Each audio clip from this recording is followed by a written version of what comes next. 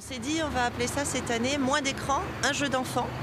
Et l'idée, c'est simplement de lancer un défi aux enfants. Mais bon, c'est pas que pour les enfants, hein, toutes les familles peuvent s'y mettre vraiment en famille. Et l'idée, c'est d'essayer de réduire, voire d'anéantir pendant 8 jours sa consommation d'écran. Alors bon, c'est pas juste pour le fun et pour se priver là encore, hein, c'est plus parce que souvent par le manque, on arrive à voir la place que ça prend quand on consomme. Je participe au défi, alors déjà je reçois un petit livret, un petit carnet de bord.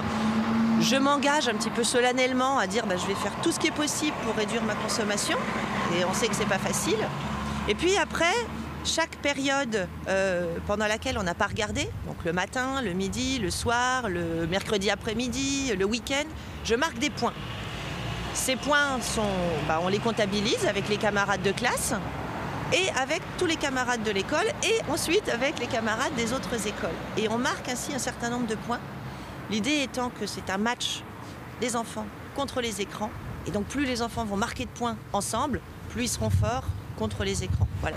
On voulait sensibiliser également les enfants de l'école de la Robertso à la pertinence de rester devant les écrans, retrouver le dynamisme de l'équipe de l'école de la Nidero, sachant que les enfants de la Robertso connaissent aussi certains enfants de la Nidero, et que monter ce projet au niveau du quartier, c'était une bonne chose. Alors on s'est dit que proposer aux enfants une semaine avec moins d'écran, il fallait aussi leur proposer des activités qu'ils n'ont pas forcément l'habitude de faire, leur suggérer des petites idées.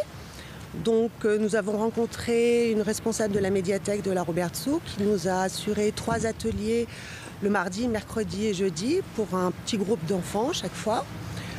J'ai rencontré le commandant Martin de la caserne des pompiers qui a le plaisir d'accueillir 30 enfants le mercredi après-midi, donc ça va être un grand succès. L'idée c'était de rester dans le quartier, donc même la papeterie Lana ouvrira ses portes le mercredi pour montrer une visite d'entreprise, ce qui se fait sur le quartier. Le truc c'est de ne pas subir les écrans, c'est de ne pas laisser les gamins devant et puis on gobe. Le truc, c'est d'être acteur aussi de comment on se sert. Je veux dire, ce n'est qu'un outil, tout ça. Un outil, effectivement, de communication, de culture, de citoyenneté. Mais c'est qu'un outil. Et l'outil n'est rien si on ne sait pas s'en servir d'une manière ou d'une autre. Voilà. Apprenons à nous en servir. C'est ça l'idée. C'est pas de diaboliser. C'est de réfléchir et d'apprendre. Voilà.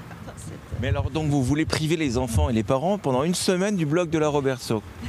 Qu'est-ce que je vais faire? Non, mais l'idée, c'est pas de... Vous les autorisez quand même à regarder le matin les infos du blog de la Robertso. Ils auront une dérogation spéciale pour blog de la Robertso. Voilà.